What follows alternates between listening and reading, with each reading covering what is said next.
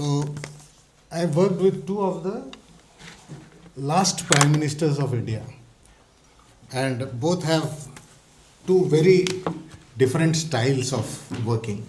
So I'm going to share my experiences and how leadership in India works.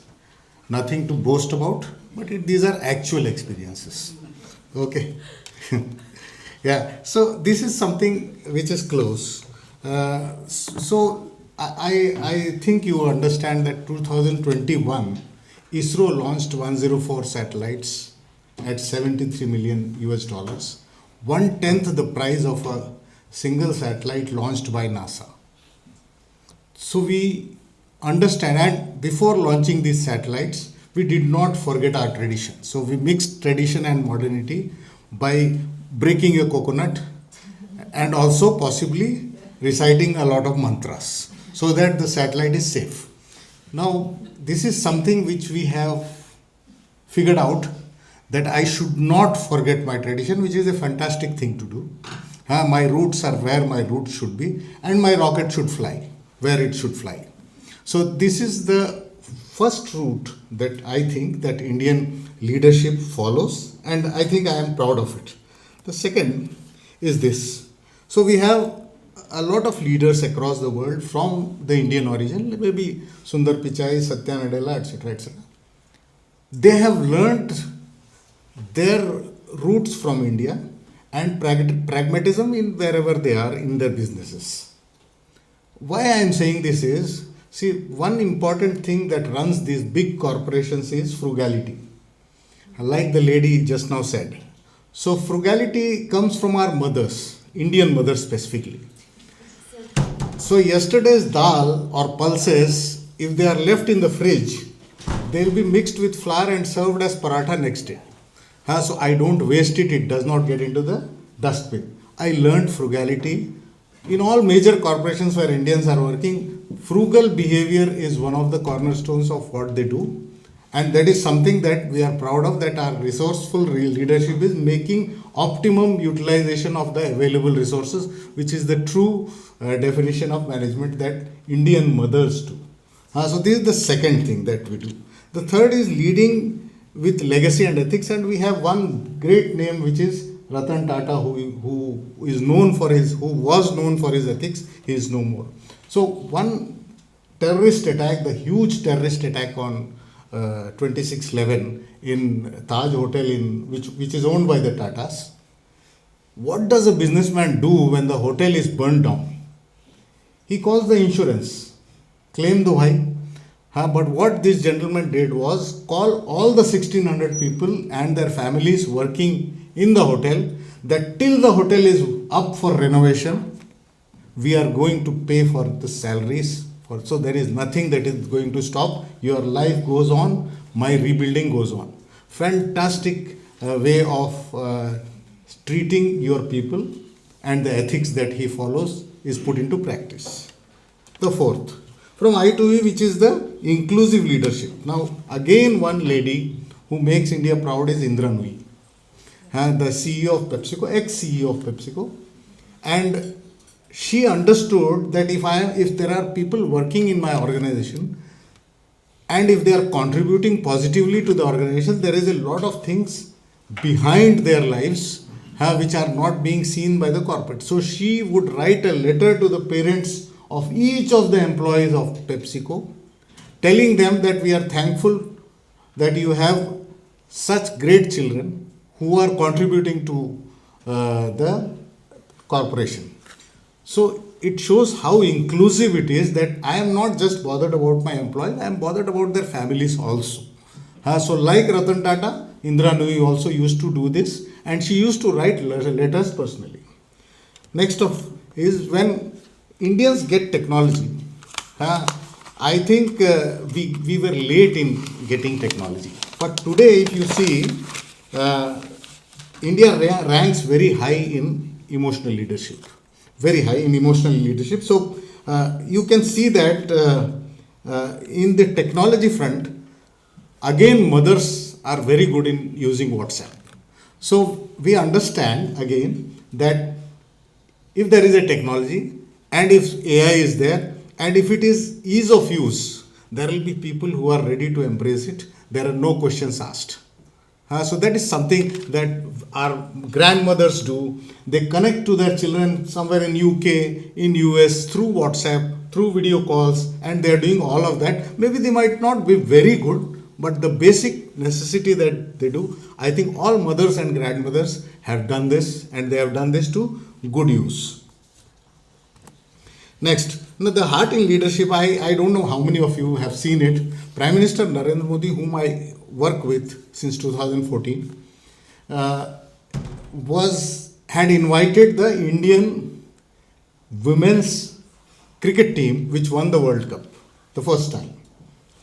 And if you've seen the TV visuals, you will see that one girl from the team was injured, so on the wheelchair. Now, he, as the Prime Minister of India, he gets up, sees the girl on the wheelchair, brings a samosa from the buffet and gives it to that girl and says, "Is there anything else you want?"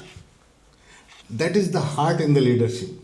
That I see a girl on the wheelchair, there is no need for me, I can ask someone to do it. But that personal touch that you see from the Prime Minister of the country, that girl will never forget. See, you can say it is showmanship, you can say whatever it is. But the purpose is solved. That I am showing that there is a heart in my leadership, and that is what I want to show it. And the girl felt very happy that he had given us, the Prime Minister of the India serving a samosa to a cricket player of the country. How proud can I be? We grow in joint families in India. Although nuclear families are growing because of urban areas, but in joint families there are lot of opinions of you should do this, you should do this, you should do this.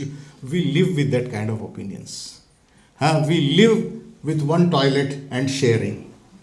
So lot of things that these family systems in India teach us in leadership is that we learn how to share, we learn how to take opinions of everybody and all that, which shows the heart in the leadership.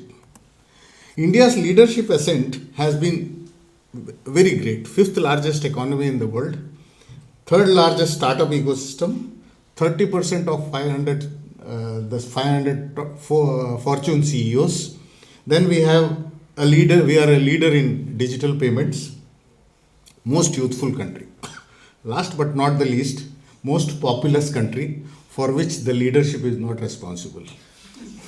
But we are a populous country, I should confess, we have overtaken China. So in a short span of 1947 we were independent.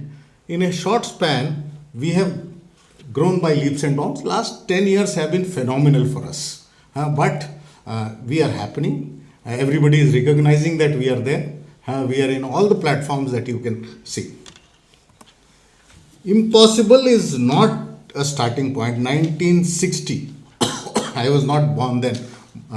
I wanted to ask Manjari when she was speaking, what is your age? Because she talked about pagers and ancient ages, but I stopped myself from asking you. Anyway, 1960 literacy rate was 28%. Now it is 77%. This means that 900 million people have added themselves to the literacy list in 2 generations. So we don't say it is impossible. In fact, we say, what are the different ways in which we can achieve this thing, instead of saying it's impossible? And that is why you will see a lot of unicorns coming up. The youth are coming up, and so I'll give a small example. Silicon Valley, there were 8 scientists who were called from across the world. We were given a problem statement to 2002 about how water is going to be a scarce resource. Kindly solve it. So the rest 7 were engineers. I was not. I am a psychology doctorate, so I don't know technology. So all of us brought in our solutions. Somebody said reverse osmosis, somebody said something else, somebody said something else. My simple answer was, and this is how Indians think, that I go 5 times and urinate in a toilet. I shit once in a day. This is an average thing that I am talking of. And every time we used to flush 5 liters. So 6 into 5, 30 liters a day per person using in the toilet. So what I am saying is, when you urinate, you should not use that much water. So I am saying, why not put two buttons there? One for 2 liters, one for 5 liters. So it saves 5 into 3, 15 liters every day. Very simple solution, no technology involved. It's only your mind that is doing the thinking. So Hindware picked up that, and 2002 we started a 2-button system which is available in our toilets these days. And this is what we do in India, that we say nothing is impossible. I will create solutions without using much money, but we using our brain. So leadership as service, this is something that a lot of people do. So Wipro, and this is not only for India, a lot of philanthropy happens across the world. Warren Buffett does it. But Azim Premji, whose board I am in, I sit, which is Wipro, he used to ask us 8,000 crores of money, personal money I have put in as social service. Why don't you utilize it? So I first time saw somebody saying use that money instead of saying save that money. So this is something that we think that a lot of IITs from across the US and UK, they donate, build auditoriums, temples, everything they do. So there is a lot of service in the leadership that we do. Last and not the least, the right leadership for this moment is India. I think we are, the 21st century demands profit with purpose. We also have adaptability, as the lady earlier said.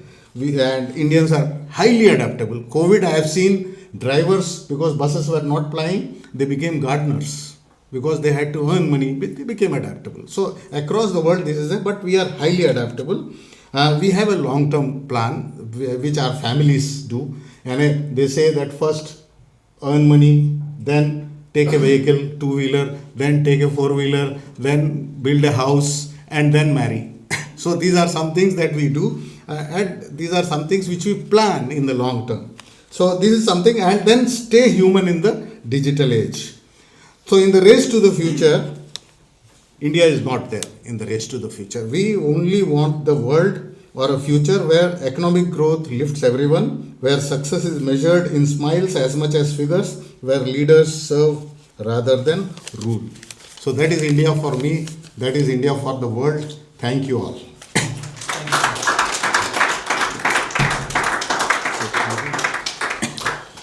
Very interesting insights from Dr. Jawahar. Would anybody like? We'll take one question here at this stage. Just from the lady at the back there in the green, please, if you'd like to ask the doctor a question. Please. Thank you. Thank you so much. It was very inspiring and made me feel very proud. I left India 3 years back, and constantly my Western colleagues, and I don't just work with British, I work with Europeans, Brazilians, Latin America. We're constantly told that the hyper-nationalism that we have in our leadership, and also not just necessarily CEOs or Prime Minister, but also people as Indians, it's not very good for across the world. Do you think it's a thing that has made us grow? And the Prime Minister Narendra Modi is an example of that nationalism. Hyper-nationalism is there, and it's there to stay, I think. But let's go back 10 years or 15 years, we were not very proud of India. So this is a cycle that all countries go through. So it's a cycle of hyper-nationalism now. I think practically if you go, this hyper-nationalism will die out.